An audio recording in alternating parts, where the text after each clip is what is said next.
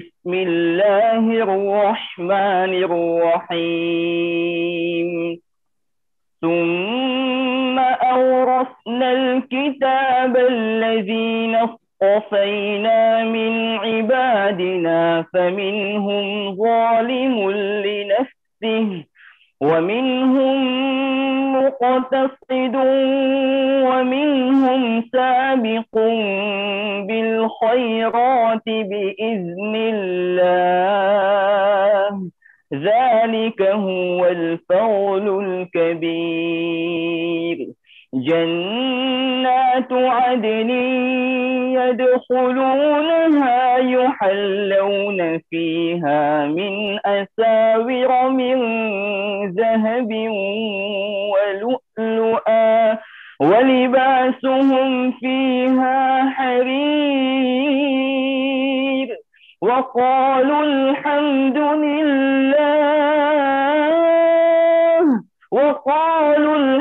لله الذي أذهب عنا الحزن إن ربنا لغفور شكور الذي أحلنا دار المقامة من فضله لا يمسنا فيها نصب ولا يمسنا فيها لغوب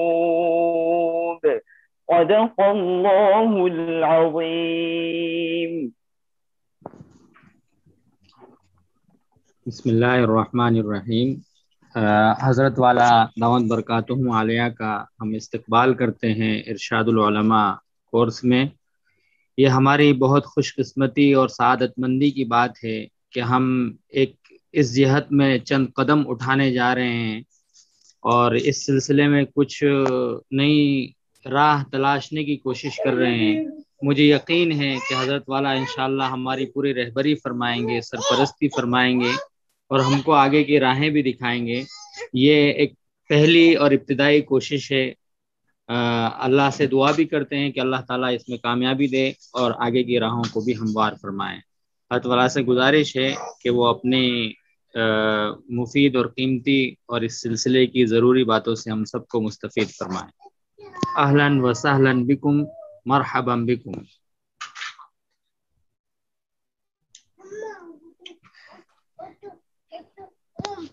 جزاک اللہ. السلام علیکم ورحمۃ اللہ وبرکاتہ. السلام. یہ بچوں کی آوازیں آ رہی ہیں، یہ ذرا میوٹ کر لیا جائے جہاں سے بھی آ رہی.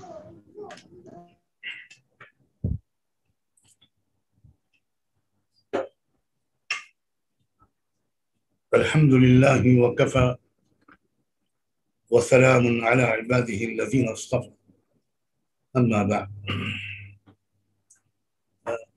میری آواز صاف آ رہی؟ جی حضرت الحمدللہ آ رہی ہے. الحمدللہ. اچھی بات.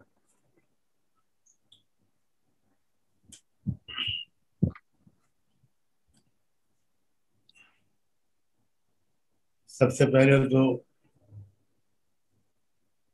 یہ بات کہ یہ کوشش اللہ کرے کہ بہت مفید ہو اور زیادہ سے زیادہ نوجوان علماء پورے بر صغیر میں بلکہ عالمی سطح پر جو اردو سمجھنے والے علماء ہیں وہ اس سلسلے سے بھرپور فائدہ اٹھائیں.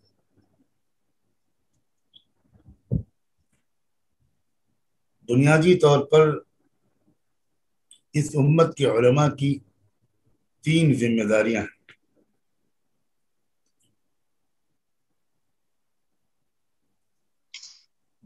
ایک تو حفاظت دین، دوسری اشاعت دین اور تیسرے اقامت دین.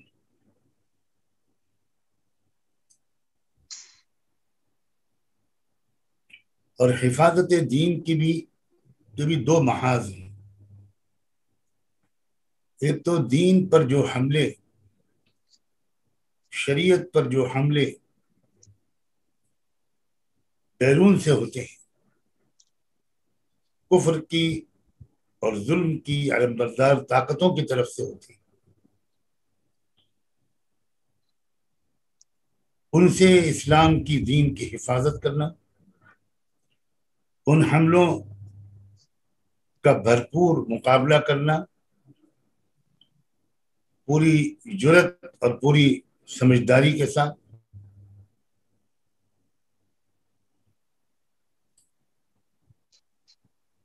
اسلام کا، اس کے ایک ایک جزیے کا، دین اور شریعت کا دفاع کرنا۔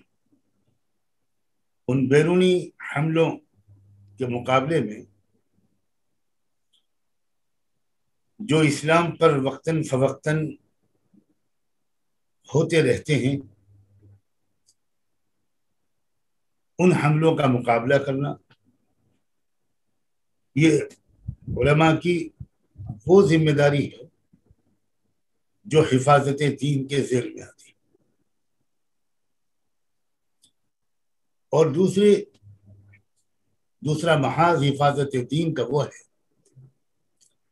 جس میں امت مسلمہ کے اندرونی انحرافات سے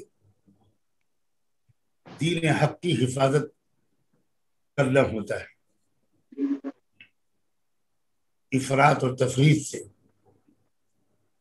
احداث فی الدین سے، بدعات سے، کمی یا بیشی سے۔ جو انحرافات امت مسلمہ کے مختلف حلقوں کی طرف سے،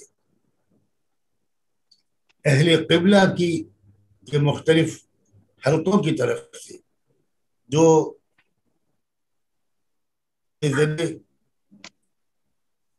انحرافات ہوتے ہیں، ان انحرافات سے دین حق کی حفاظت، اور ہر حملے سے، اس کے اثرات سے دین حق کو محفوظ رکھنے کی ہر ممکن جدوجہد کرنا۔ یہ دو ذمہ داریاں وہ ہیں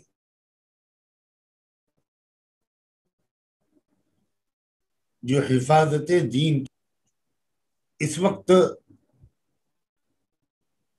دونوں میدانوں پر میں تیاری کر کے اپنے اکابر و اسلاف کے تجربوں سے، ان کی کاوشوں سے بھرپور استفادہ کرتے ہوئے کوشش کرنا اور اس سلسلے کی تربیت حاصل کرنا ہمارے نوجوان علماء کی بہت اہم ضرورت ہے۔ ہم جن اکابر و اسلاف کا نام لیتے ہیں وہ اس اعتبار سے بھی بہت مثالی تھے کہ اندرونی انحرافات کے مقابلے سے بھی وہ کبھی غافل نہیں ہوئے، اور اندرونی انحرافات کے مقابلے میں مشغولیت کی وجہ سے بیرونی حملوں اور خطروں کی طرف بھی ان کی بھرپور توجہ رہی۔ یہ کام آسان نہیں ہوتا، اس کے لیے بہت بلند حوصلہ چاہیے اور بہت گہری تربیت چاہیے۔ ایسا ہو سکتا ہے کہ کسی انسان کی زیادہ توجہ یا پوری توجہ اندرونی انحرافات سے دین کی اور امت کی حفاظت ہی کی طرف، لیکن اس مشغولیت کی وجہ سے وہ بیرونی حملوں کے مقابلے کی طرف پوری توجہ نہ کر پائے۔ ایسا بکثرت ہو سکتا ہے اور ہوتا ہے۔ ہم دیکھتے ہیں کہ بہت سے قابل احترام علماء وہ اندرونی حملوں کے سلسلے میں تو بہت حساس ہوتے ہیں، لیکن بیرونی حملوں جو کفر کی طاغوت کی طاقتوں کی طرف سے حملے ہوتے ہیں دین اور شریعت پر، اس کے مقابلے کی طرف زیادہ توجہ نہیں کر پاتے۔ یا کبھی اس کے برعکس ہوتا ہے کہ بہت کچھ یہ بھی ہو سکتا ہے کہ کسی کی توجہ بیرونی حملوں کے مقابلے کی طرف تو ہو، لیکن اندرونی انحرافات کے سلسلے میں بے توجہی یا تساہل ہو۔ ایک نزاکت اس میں یہ ہے کہ بیرونی حملوں سے حفاظت ملت اسلامیہ کا اتحاد چاہتی ہے۔ اس کا تقاضا ہوتا ہے کہ اندرونی بحثوں کو نہ چھیڑا جائے۔ یہ بہت گہری بصیرت والا ہی اس اتحاد کے یا اس تقاضے کے حدود پہچان سکتا ہے۔ بالکل صحیح ہے، اس سے پورا اتفاق ہے کہ بیرونی حملوں کے مقابلے کا تقاضا باہمی اتحاد، اور اسی طرح یہ بھی صحیح ہے کہ باہمی اتحاد کا مطلب یہ نہیں ہے کہ جو گمراہیاں ہوں ان کو بھی قبول کر لیا جائے۔ گمراہیوں سے دین کی اور امت کی حفاظت اس طرح بھی کی جا سکتی ہے کہ آپس کا اختلاف علمی حدود سے آگے نہ بڑھے، اور اگر پھوڑ پن کے ساتھ اندرونی انحرافات کا مقابلہ کیا جائے گا تو آپس کی ملت اسلامیہ کے مختلف مکاتب فکر کے درمیان فاصلے بڑھتے چلے جائیں، آپس میں نزاع کی کیفیت پیدا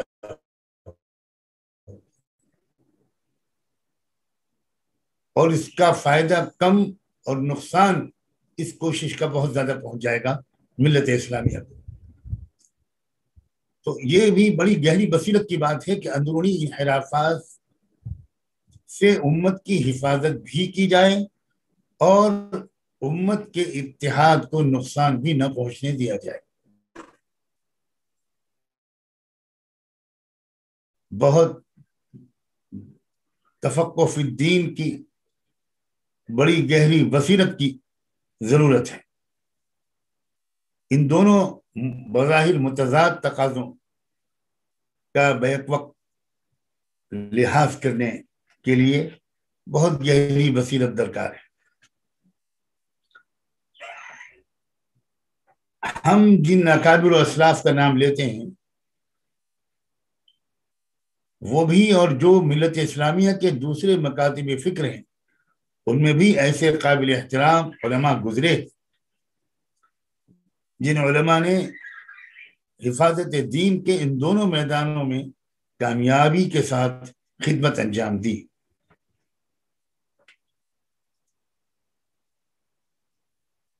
ولی اللہ سلسلے کے جو علماء ہیں، امام ولی اللہ دہلوی رحمۃ اللہ علیہ کا جو علمی سلسلہ ہے اس سے وابستہ جو بھی علماء ہیں عام طور پر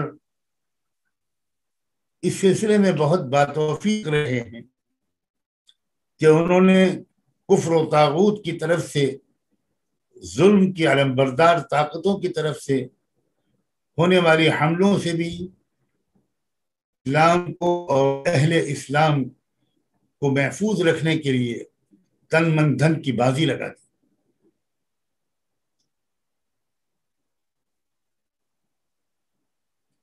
بہت قربانیاں دی انہوں نے، اور اسی طرح اندرونی انحرافات سے بھی دین کی حفاظت کرنے کے سلسلے میں بھی انہوں نے پوری چستی اور مستعدی سے کام کیا، اور اس انداز سے اندرونی فتنوں اور انحرافات سے دین کی اور امت کی حفاظت کے لیے کوششیں کی کہ ان کوششوں کی وجہ سے امت مختلف مکاتب فکر کے درمیان کوئی نفرت کا ماحول اور نزاع کا ماحول نہیں بن پایا۔ ہمارے نوجوان علماء کو اس تربیت کی سخت ضرورت ہے، اور یہ تربیت صرف دور رہ کر کچھ تقریروں کو سن کر مطلوبہ معیار کے مطابق ہو پائے گی، مجھے اس سے شدید اختلاف ہے۔ تربیت مصاحبت چاہتی ہے، سفر و حضر میں ساتھ رہنا چاہتی ہے، 24 گھنٹے کا ساتھ ہوتا ہے اور ایک لمبی مدت تک ساتھ ہوتا ہے۔ تب تربیت لینے والے کے سامنے مختلف اوقات میں اس مربی کے مختلف معمولات آتے ہیں۔ کس بات پر مربی غضبناک ہو گیا، کس انحراف کو کتنی اہمیت دی میرے مربی نے، یہ بہت قریب سے مسلسل ساتھ رہ کر سیکھنا ہوتا ہے۔ تقریروں کو سن کر انسان کا اپنا ذوق نہیں بدل سکتا۔ میں اس جملے کو پھر دہراتا ہوں، ہر انسان اپنا ایک خاص فطری ذوق لے کر آتا ہے، رجحان لے کر آتا ہے۔ تربیت کا مقصد یہ ہوتا ہے کہ اس فطری رجحان کو تراش خراش کر اعتدال اور جامعیت کے زیور سے آراستہ کیا جائے۔ اور یہ چیز جو ہے، یہ ایک دو تقریروں کو سن کر کبھی بھی یہ نہیں ہو سکتا کہ کوئی انسان اپنے ذوق و مزاج میں خود ہی تراش خراش کر کے اعتدال پیدا کر لے، یہ نہیں ہو سکتا۔ ایک لمبی مدت تک صحبت لازمی ہوتی ہے، اس لمبی مدت کی صحبت سے ایک بصیرت پیدا ہوتی ہے، ایک فراست پیدا ہوتی ہے۔ من یرید اللہ بہ خیرا یفقہہ فی الدین ومن یؤت الحکمت فقد اوتی خیرا کثیرا۔ تو یہ کوئی بہت ارزاں چیز نہیں ہے۔ ہمارے نوجوان علماء، ہمارے علماء جو وہ پہلے جو رواج تھا، اس رواج کو باقی رکھنا چاہیے، اور وہ یہ کہ انسان تلاش کرے کہ اپنے زمانے کے وہ کون سے حضرات ہیں جن کے پاس کچھ عرصہ رہ کر، سفر و حضر میں ساتھ رہ کر اور طالبانہ پوری اپنی محتاجی کے احساس کے ساتھ ان کے ساتھ میں وقت گزاروں، جس سے مجھے حفاظت دین کا سلیقہ آ جائے۔ باتیں تو حفاظت دین کے سلسلے میں اور بہت کچھ عرض کی جا سکتی ہیں، مثالیں بھی بہت دی جا سکتی ہیں اپنے اسلاف کی، لیکن چونکہ اور بھی کچھ عرض کرنا ہے، اس لیے اس وقت اتنے ہی پر حفاظت دین کے موضوع کے بارے میں اتنی ہی معروضات پر اکتفا کرتا ہوں۔ میں نے دوسری ذمہ داری کے لیے لفظ استعمال کیا تھا اشاعت دین۔ پوری دنیا کے تمام انسانوں کا یہ حق ہے ہم پر، پوری اپنی انسانی برادری کا یہ حق ہے ہم پر کہ سارے انسانوں کے شفیق پروردگار کی طرف سے جو رہنمائی، محبت بھری رہنمائی، مشفقانہ رہنمائی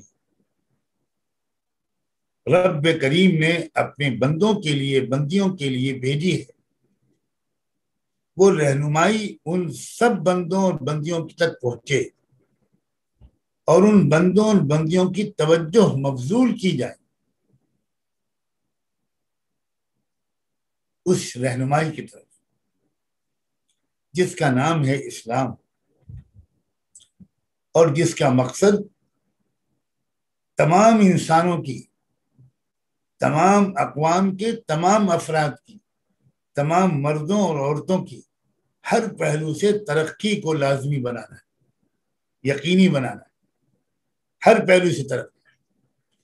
یہ روح ہے اسلام کی، یہ مقصد ہے اسلام کی۔ روحانی پہلو سے بھی ترقی چاہتا ہے اسلام، ہر انسان کی اخلاقی پہلو سے بھی ترقی چاہتا ہے اور مادی اور معاشی پہلو سے بھی ترقی چاہتا ہے.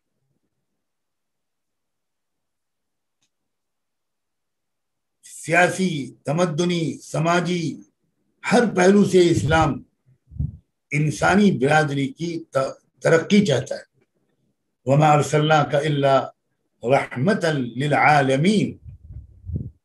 تو جب یہ حقیقت ہے اور اسلام کی یہ حقیقت ہے کہ اسلام انسانیت کے شفیق پروردگار کی طرف سے اس طرز زندگی کی طرف رہنمائی کا نام ہے جس سے تمام انسانوں کی ہمہ جہتی ترقی یقینی تو بن سکتی ہے. جب یہ حقیقت ہے تو پھر ظاہر ہے کہ تمام انسانوں کا یہ حق ہے کہ ان تک اللہ کی محبت بھری آواز کو پہنچایا جائے.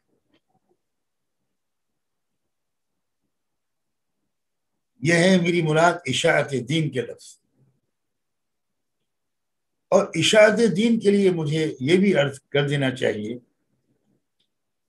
کہ اسلام کی ترجمانی، اسلام کو پیش کرنے والے شخص کے لیے ایک طرف یہ بھی ضروری ہے کہ وہ اسلام کو، اس کی روح کو، اس کی اصل غرض و غایت کو اچھی طرح سمجھے ہوئے ہو، اور دوسری طرف یہ بھی ضروری ہے کہ اپنے مخاطب کی نفسیات سے واقف ہو.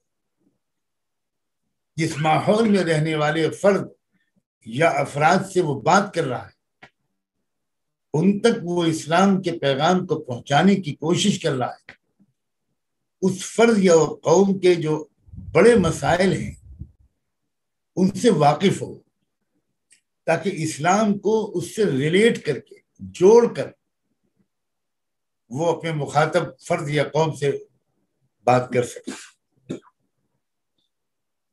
اس کی ایک مثال پیش کرنے کے دل چاہتا ہے. آپ جانتے ہیں سب حضرات کہ عہد نبوت میں، عہد خلافت راشدہ کے شروع کے وقفے میں، شروع کی مدت میں دنیا کی 2 سپر پاور تھی، بڑی طاقت ہے. ایک رومن امپائر اور ایک پرشین امپائر. تو جب دور فاروقی میں پرشین امپائر کے سرحدوں کو پار کر کے یا سرحدوں تک ایک مدینہ منورہ سے اشاعت دین کے لیے نکلنے والا ایک قافلہ پہنچا، تو اس وقت جو آرمی چیف تھا، فوج کا، ایرانی فوج کا سپہ سالار، چیف آف اسٹاف، اسے جب اطلاع ملی تو اس نے مسلمانوں کی اس جماعت سے کہلوایا کہ اپنا ایک نمائندہ وفد بھیجیں اب میرے پاس، میں کچھ بات کرنا چاہتا ہوں. بڑی خوشی کی بات تھی. چنانچہ امیر الجیش نے بھیجا ایک ایسے شخص کو جس کا نام اگر اس واقعے کے ضمن میں حدیث اور تاریخ کی کتابوں میں نہ آ جاتا تو شاید ہم میں سے کوئی بھی آج ان کے نام سے بھی واقف نہ ہوتا. گمنام کا لفظ کسی صحابی کے بارے میں استعمال کرنے میں بے ادبی محسوس ہوتی ہے، مگر شاید اس لفظ کے استعمال پر میں مجبور ہوں، اس لیے کہ ربعی ابن عامر بہت شہرت یافتہ صحابی نہیں تھے. ان کو بھیجا کہ جاؤ، ایرانی آرمی چیف کچھ بات کرنا چاہتے ہیں، جاؤ ان سے بات کرو. ایک نمائندہ پوری ملت اسلامیہ کی طرف سے ایک سفیر، ایک نمائندہ، ایک متکلم بن کر ربعی بن عامر پہنچے. کس انداز سے وہ پہنچے میں اس وقت اس تفصیل میں تو نہیں جاتا، لیکن جب آرمی چیف نے پوچھا ربیع ابن عامر سے کہ تم لوگوں کے آنے کا مقصد کیا ہے، یہ جو تم عرب سے مدینے سے چل کر آئے ہو تو مقصد کیا ہے؟ تو جو انہوں نے جواب دیا تھا وہ یہ تھا کہ اللہ ابتعثنا لنخرج من شاء من عباده من عبادت العباد الى عبادت رب العباد. اللہ نے ہم کو بھیجا ہے کہ جن بندوں کو وہ توفیق دے ان بندوں کو بندوں کی غلامی سے نکال کر رب کی غلامی تک ہم پہنچا سکیں. غور کیجئے گا، یہ بندوں کی غلامی کا جو لفظ ہے نا، یہ وہ شخص سمجھ سکتا ہے جو ایرانی حکومت کا نظام حکومت، اس کی پالیسیوں کو سمجھتا ہو. کیسا زبردست نسلی برتری اور نسلی امتیاز کا، جس کو آج کل ریسزم کہتے ہیں، اس کا نظام چل رہا تھا ایرانی امپائر. مٹھی بھر کچھ خاندان تھے جو شاہی خاندان سے تعلق رکھتے تھے، وہ آقا تھے، اور لاکھوں یا شاید لاکھوں سے بھی زیادہ کی جو آبادی تھی، انہیں ان عمرا، رؤسا، امیروں، ارب پتیوں، کھرب پتیوں نے، اس شاہی خاندان کے افراد نے غلام بنا رکھا. وہ پوزیشن جو آپ سنتے ہیں، شاید کبھی آپ نے قریب سے دیکھا بھی ہوگا آپ میں سے کسی نے، جو ہمارے ملک میں پسماندہ اقوام کی جو پوزیشن ہے ان اعلیٰ نسلوں کے سامنے، اور جو رہی ہزاروں سال ہمارے ملک میں، وہی کیفیت تھی اس ایرانی معاشرے میں. تھوڑی سی اقلیت نسلی طور پر اپنے کو اعلیٰ برتر سمجھنے والی، اور اپنے کو تمام عوام کا مالک و مختار سمجھنے والی، اور عوام ذلت کی چکی میں پس رہے تھے. اب یہ ہے، دیکھیے، ربیع ابن عامر جیسے صحابی کی فہم دین اور ایرانی سماج کی تفصیلات سے واقفیت، اپنے اسی کو میں کہہ رہا ہوں مخاطب فرد یا قوم کی جو نفسیات ہو، وہاں کے جو حالات ہوں، اس سے ریلیٹ کر کے اسلام کو پیش کر، اس سے جوڑ کر اسلام کو پیش کر. اور اس کو مزید انہوں نے واضح کیا اس وقت جب انہوں نے کہا وَمِن جَوْرِ الْأَدْيَانِ إِلَىٰ عَدْلِ الْإِسْلَامِ، یعنی وہ واقف ہیں کہ ملک میں کروڑوں لوگ ظلم کی چکی میں پس رہے ہیں، ان کے حقوق چھینے جا رہے ہیں، اور یہ کہنا چاہتے ہیں کہ ان مظلوموں کو اس ظلم سے نکالنے کے لیے ہم آئے. اب یہ اس کا مطلب یہ ہوا کہ اسلام کی اشاعت کرنے کے لیے یہ لازمی ہے کہ اول تو ہم اسلام کی روح کو سمجھیں. اسلام چند اعمال کا مجموعہ نہیں ہے. اسلام دنیا میں نظام انصاف قیام کرنا اس کا بہت بڑا مقصد ہے. اللہ تعالیٰ نے تو تمام نبیوں اور رسولوں کی طرف اشارہ کرتے ہوئے یہ بات صاف فرما دی.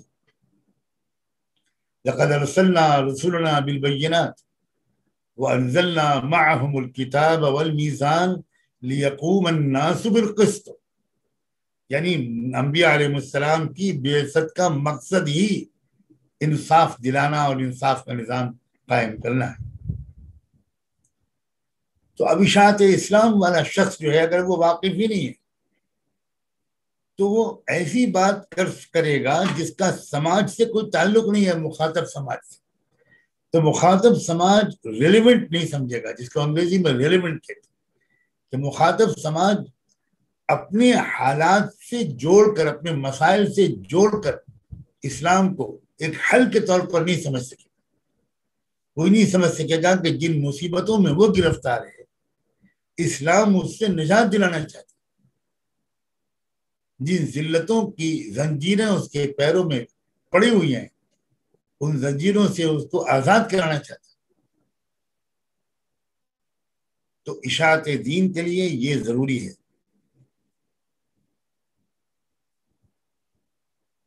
اور بھی باتیں اشاعت دین کے متعلق بہت کچھ ہمیں سیکھنے کی ضرورت ہے، لیکن میں وقت بچانے کے لیے آگے بڑھتا ہوں۔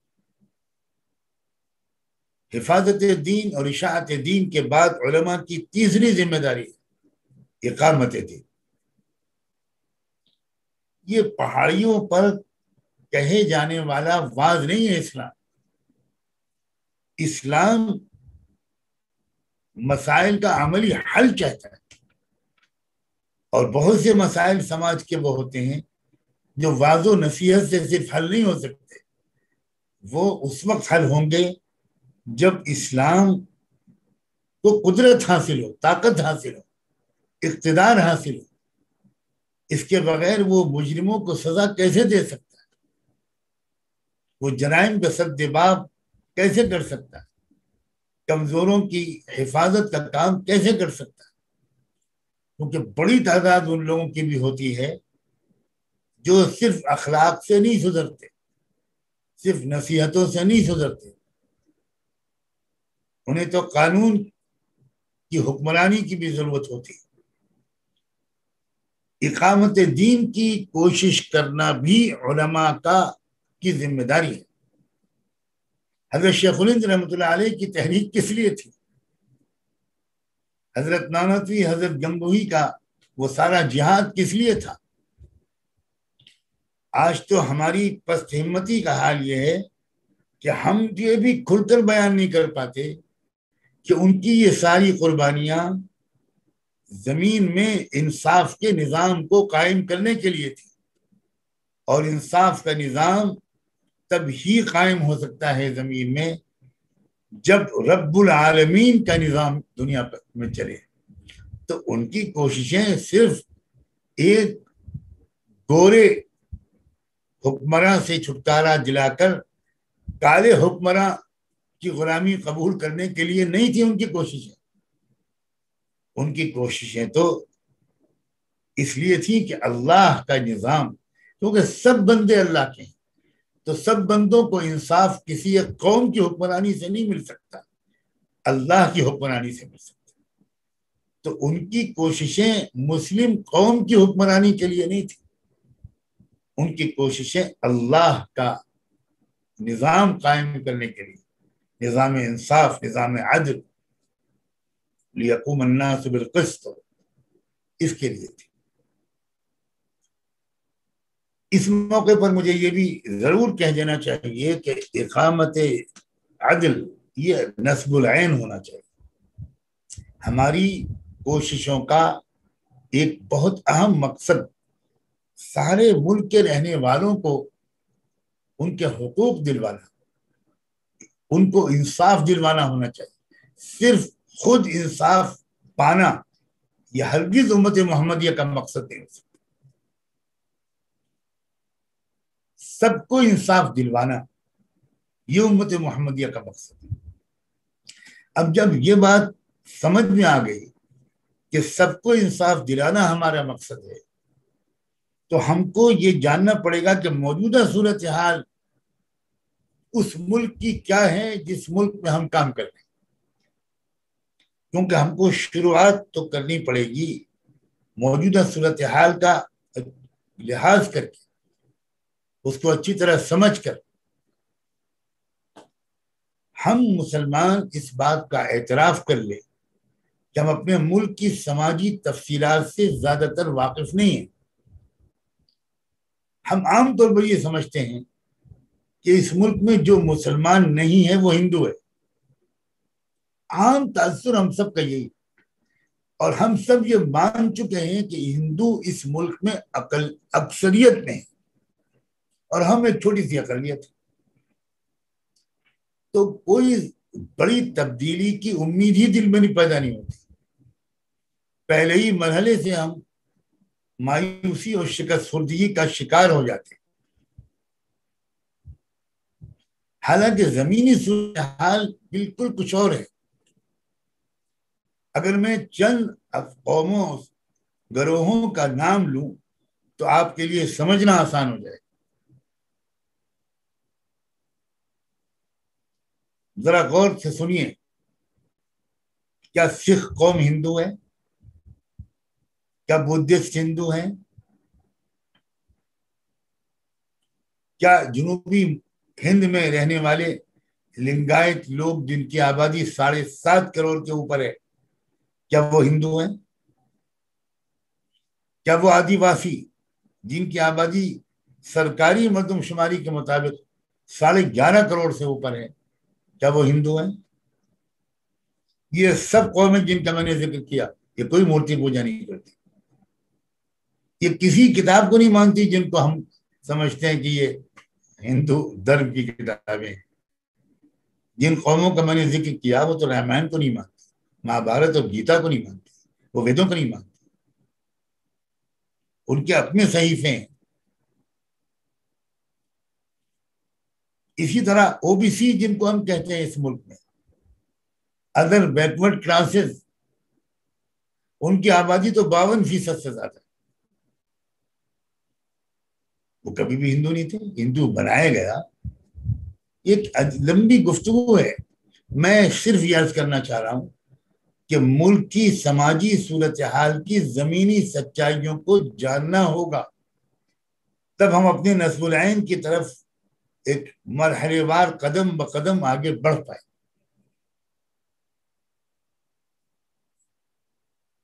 اللہ کے رسول صلی اللہ علیہ وآلہ وسلم نے نبوت سے بھی پہلے مظلوموں کی مدد کے لیے ایک چھوٹی سی انجمن بنائی تھی، حلف الفضول کے نام سے جس کو جانا جاتا۔ بڑے بڑے زعماء قریش ان کو لے کر ایک انجمن بنائی گئی، اور وہ اللہ کے رسول کی ہی کاوش سے بنی تھی، انہی کی تحریک پر بنی تھی، اور اس کا صرف ایک نکاتی پروگرام تھا، وہ یہ کہ کسی مظلوم کو بے سہارا نہ چھوڑیں گے، ہم اس کو اس کا حق دلا کر چھوڑیں گے۔ اور ہوا یہ تھا کہ باہر سے ایک تاجر آیا تھا مکہ مکرمہ، اس کے ساتھ دھوکہ ہو گیا، کوئی اس کا مددگار حلیف نہیں تھا، وہ اجنبی باہر کا آیا ہوا ایک مسافر تاجر تھا، پردیسی تاجر۔ اس نے پہاڑ پر چڑھ کر بلند آواز میں نعرہ بلند کیا، ہے کوئی جو مجھے میرا حق دلائے؟ اس آواز کو سنا محمد رسول اللہ، اور اتنا حساس دل تھا آپ کا کہ آپ تڑپ اٹھے، آپ نے اس کی بات سنی، اور پھر مختلف زعماء قریش سے جا کر آپ نے ملاقات کی اور کہا کہ بھئی ہم لوگ شریف خاندانوں سے تعلق رکھتے ہیں، ہمارے یہاں کوئی اجنبی آئے اور اس پر ظلم ہو، یہ بہت نامناسب بات ہے۔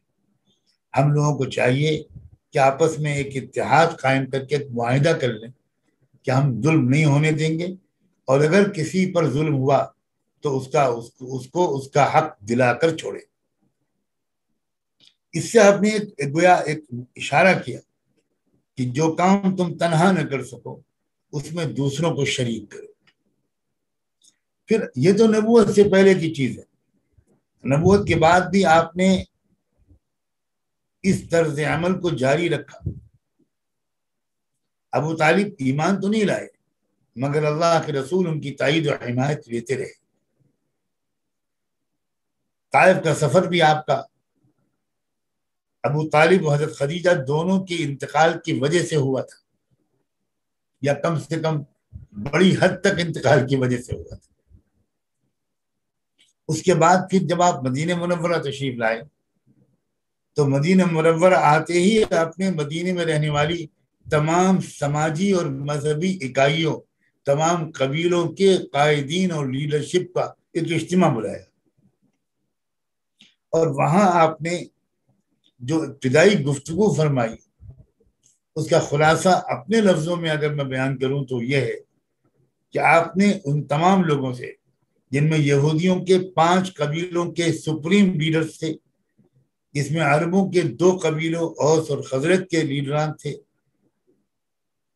اور جن میں مہاجرین و انصار کے نمائندے بھی تھے، آپ نے مدینے کے لوگوں کو مخاطب کر کے یہ کہا کہ بظاہر قسمت میں اب میرا پیغام مدینے میں لکھ دیا گیا ہے، تو میں آپ لوگوں سے یہ کو میں نے اس لیے بلایا ہے کہ کیا ہم لوگ پرامن بقائے باہمی کے لیے، پیسفل کو ایگزسٹنس کے لیے کوئی ایسا معاہدہ آپس میں طے کر سکتے ہیں، کوئی فارمولہ طے کر سکتے ہیں جس پر ہم سب اتفاق کریں اور مدینے میں ہم سکون اور امن کے ساتھ رہیں۔ 18 سال ہو گئے تھے اس سے پہلے مدینے کو آپس میں لڑتے ہوئے، خانہ جنگی، مدینہ تھک چکا تھا خانہ جنگی سے۔ چنانچہ آپ نے جیسے ہی یہ فارمولہ پیش کیا، شرکائے مجلس نے ایک کے بعد ایک یہ کہا کہ محمد، ہم لوگ تو بار بار آپس میں معاہدہ کر چکے لیکن وہ معاہدہ برقرار نہیں رہتا، وہ جلدی ٹوٹ جاتا ہے، پھر سے لڑائی شروع ہو جاتی ہے۔ آپ باہر سے آئے ہو، ہم آپ کو اپنا حکم بنا لیں اور ہمارے درمیان آپس میں جو بھی مسائل آئیں وہ ہم آپ کے سامنے پیش کر دیں، آپ جو فیصلہ کر دیں ہمیں منظور ہو۔ اگر یہ فارمولہ آپ منظور کر لیں تو ایک نے کہا کہ میں تو اس پر تیار ہوں۔ ایک کے بعد ایک میں گفتگو کو سمیٹتے ہوئے کہتا ہوں کہ سب نے اتفاق کیا اور فوراً آپ نے اس معاہدہ لکھوانا شروع کیا۔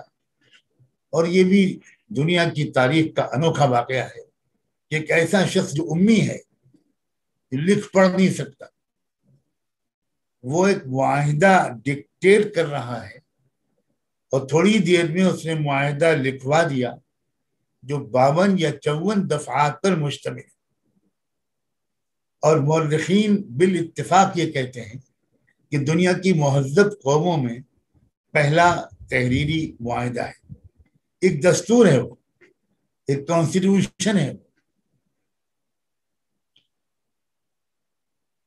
تو اس طرح ہم کو اس اسوہ نبوی کو سامنے رکھ کر اپنے ملک کے زیادہ سے زیادہ جو سماجی اکائیاں ہیں ان کے نمائندوں سے رابطے قائم کر کے، لیڈران سے رابطہ قائم کر کے ایک مشترکہ جدوجہد عدل و انصاف کے نظام قیام کی کرنی ہوگی۔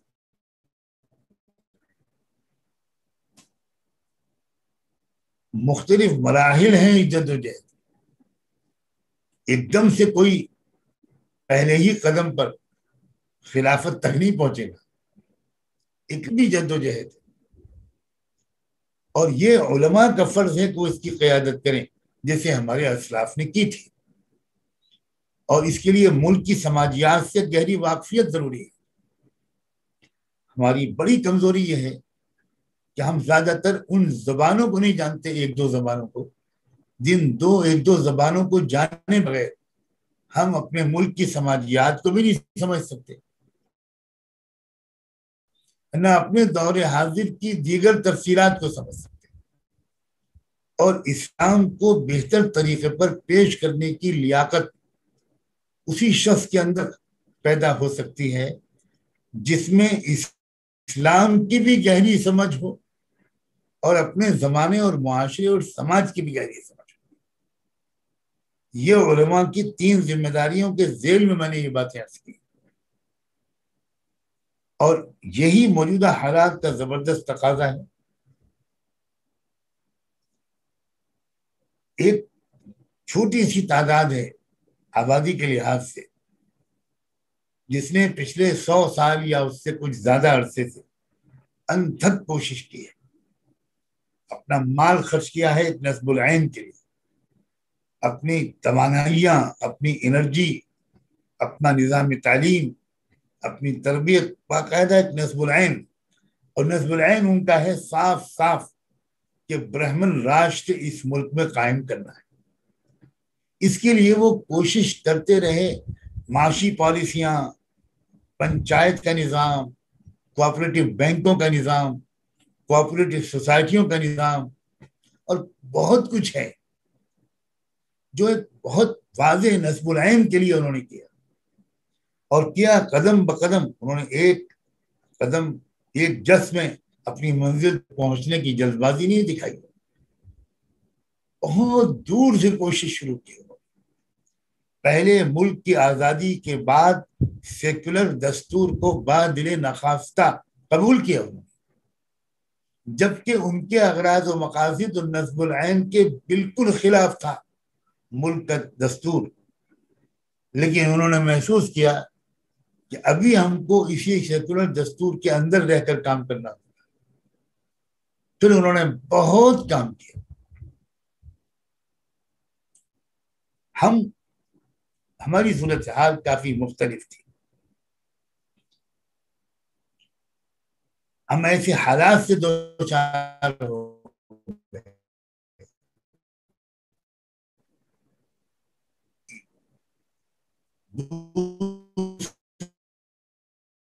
ہی کا سہارا لے کر زندگی گزارنے کا ہم کو فیصلہ کرنا چاہوں کہ اب جو حالات ہیں اس ملک اس میں جہاں منفی پہلو بہت ہیں وہیں مثبت پہلو بھی بہت ہیں۔ اس وقت تفصیلات میں مثبت پہلو کی تفصیلات میں بیان نہیں کر سکتا، لیکن میں قسم کھا کر کہنے کو تیار کہ جتنے پہلو منفی ہیں، حوصلہ شکن اور چیلنجنگ ہیں، اس سے کچھ زیادہ پہلو مثبت بھی ہیں، لیکن ہماری تربیت ایسی نہیں ہو پائی کہ مثبت پہلوؤں پر نظر رکھ کر نظم و ضبط کے ساتھ اور صبر و تحمل کے ساتھ مرحلے وار جدوجہد کرتے ہوئے اپنے نصب العین سے قریب تر ہوتے چلے جائیں۔ نوجوان علماء کو ایسی تربیت لینے کی ضرورت ہے، اور جو کوششیں اس قسم کی ہو رہی ہیں ان کو قریب سے دیکھنے کی ضرورت ہے۔ دور سے صرف تماشائی بنے رہنے سے ظاہر کام نہیں چلے گا۔ یہ بہت خوش آئند علامت ہے کہ حالات نے نوجوان علماء کے اندر ایک بے چینی پیدا کر دی، ایک بیداری پیدا کر دی، ایک سوالات کھڑے کر دیے ہیں ان کے اندر۔ میں یہ گزارش کروں گا کہ ان سوالات کا جواب تلاش کرنے کے لیے جہاں جہاں سے امید ہو آپ کو، وہاں آپ سفر کر کے جائیں، کچھ عرصہ قیام کریں، ایسے لوگوں کے ساتھ سفر و حضر میں قریب سے رہ کر ان کوششوں کو دیکھیں جو کوششیں نظام عدل کے قیام کے لیے اور صورتحال میں بہتر تبدیلی لانے کے لیے کی جا رہی۔ ہمارے اپنے اکابر الاسلاف کی سمان حیات کو پڑھتے رہنا، مسلسل پڑھتے رہنا، یہ میں گزارش کروں گا عملی کہ اپنے عظیم بزرگوں کی سمان حیات کو پڑھتے رہیے۔ اس سے انشاءاللہ آپ کی یہ بے چینی اور اضطراب بھی بڑھے گا، آپ کو رہنمائی بھی ملے گی اور حوصلہ بھی ملے گا، اور کیا پتہ اللہ تعالیٰ کسی وقت ایک تڑپتی ہوئی دعا کو قبول کر کے ان اسلاف کے نقش قدم پر چلنے کی توفیق دے دینے کا ہم جیسوں کو فیصلہ فرما دے۔ اگر ایسا ہو گیا تو ہماری مراد پوری ہو جائے۔ میں امید کرتا ہوں کہ یہ معروضات جو میں نے اس وقت آپ کی خدمت میں پیش کی ہیں یہ اس حد تک کافی ہوں گی کہ مزید تفصیلات جاننے کے لیے آپ کے اندر شوق کی آگ بھڑک جائے۔ میں نوجوانوں کو اس بات کے لیے گزارش کرتا ہوں کہ متحرک بنیں، جا کر قریب سے دیکھ کر اہل درد کے درد کو سمجھیں اور ان کی کوششوں کو قریب سے مشاہدہ کر کے رہنمائی لینے کی کوشش کریں، اپنے حوصلوں کو بلند کریں۔ یقیناً مستقبل حق کا ہے، حق کے غلبے کا ہے، اسلام کا مستقبل روشن ہے۔ میں مسلمانوں کے مستقبل کے بارے میں نہیں کہہ رہا ہوں، میں اسلام کے مستقبل کے بارے میں کہہ رہا ہوں۔ اس اجمال کی تفصیل کے لیے بہت لمبی مدت چاہیے، جو اس وقت میسر نہیں ہے، اس لیے ان معروضات پر اکتفا کرتا ہوں اور اس پروگرام کو منعقد کرنے والوں کو شکریہ بھی ادا کرتا ہوں، مبارکباد بھی دیتا ہوں، اور دل سے دعا کرتا ہوں کہ اللہ تعالیٰ اس کے واقعتاً مفید بنائے، مکمل قبولیت اس کو عطا فرمائے، اور نوجوان علماء کی ایک معتبر تعداد سرگرم عمل ہو جائے۔ وما ذلك على الله بعزيز ولعل الله يحدث بعد ذلك امرا واخر دعوانا ان الحمد لله رب العالمين۔ شکرا حضرت، جزاک اللہ خیرا جزاء یکفیک فی الدنیا والآخرہ۔ حضرت اگر مناسب ہو تو جو علماء کرام کچھ سوال کرنا چاہیں انہیں موقع دیا جائے۔ یہ خیال کر کے کہ میں بہت کمزور اور بیمار ہوں، جی حضرت، صحت کے لیے دعا بھی کریں، اور مختصر سا سوال ہو اور اسی موضوع سے متعلق اگر میں کچھ جواب دے سکوں گا تو عرض کر دوں۔ جی، جو علماء کرام سوال کرنا چاہتے ہیں وہ فوری طور پر اپنا ہاتھ اٹھا لیں تاکہ کم وقت میں جو ہے تو وہ جائے۔ مولانا جنید صاحب، جی فرمائیں حضرت مولانا جنید صاحب۔ السلام علیکم ورحمۃ اللہ وبرکاتہ۔ وعلیکم السلام۔ مولانا میرا سوال یہ ہے کہ آپ نے جو بات ایک بتائی تھی کہ اندرونی باہمی اتفاق کے لیے بصیرت کی ضرورت ہے، تو ہمیں ان بصیرت کے لیے کیا کرنا چاہیے؟ کن کتابوں کا مطالعہ کرنا چاہیے اور کن سے استفادہ کرنا چاہیے؟ میں نے بار بار یہ کہا ہے کہ اہل بصیرت کی صحبت چاہیے۔ جی جی، صرف کتابوں کے مطالعے سے کام نہیں چلے گا، اگر چل سکتا تو قرآن کافی ہوتا۔ مصیبت ہماری دوسرا یہ ہے تو کہ سر ہم اہل بصیرت کی صحبت کے لیے چند دن کا سفر کرنے کے لیے بھی آج ہم تیار نہیں ہیں۔ یہ ہے ہماری اصل کاہلی، سستی اور پست ہمتی، جس کی وجہ سے ہم رات میں سونے سے پہلے لیٹ کر کتابوں کا مطالعہ کر کے صلاح الدین ایوبی بننا چاہتے ہیں۔ امید ہے کہ آپ سمجھ گئے ہوں گے۔ ایک اور سوال ہے میرا، جی فرمائیے۔ اکابر کی سوانح میں ہم کن کن اکابرین کی سوانح سے ابتدا کریں؟ آپ نے بتایا کہ اکابر کی سوانح پڑھیں۔ حضرت نانوتوی کے سمانے پڑھیے، جو حفاظت دین کے دونوں محاذوں پر کام کرنے کے امام تھے۔ حضرت گنگوہی کے سمانے پڑھیے، حضرت تھانوی و حضرت مدنی کے سمانے پڑھیے، علامہ اقبال کے حالات کو پڑھیے، حضرت مولانا الیاس رحمۃ اللہ علیہ کے سمانے پڑھیے، عارف باللہ حضرت رائے پوری کے سمانے پڑھیے، اور ایسے بہت لوگ ہیں۔ جزاک اللہ۔ جی حضرت، بہت بہت شکریہ، جزاک اللہ۔ جی، اور کوئی کچھ پوچھنا چاہیں تو؟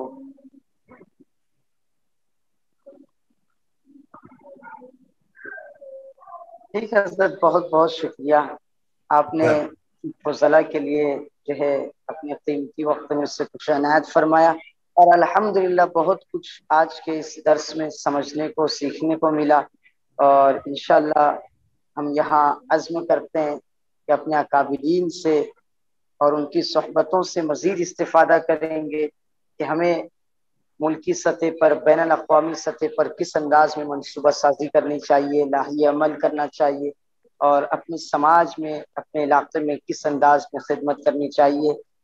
آپ سے خصوصی دعاؤں کی درخواست اور آپ کے تہ دل سے شکریہ ادا کرتے ہوئے ہم اجازت چاہتے ہیں۔ جزاکم اللہ، جزاک اللہ، بارک اللہ فیکم ونفع بكم العباد والبلاد۔ آمین یا رب العالمین۔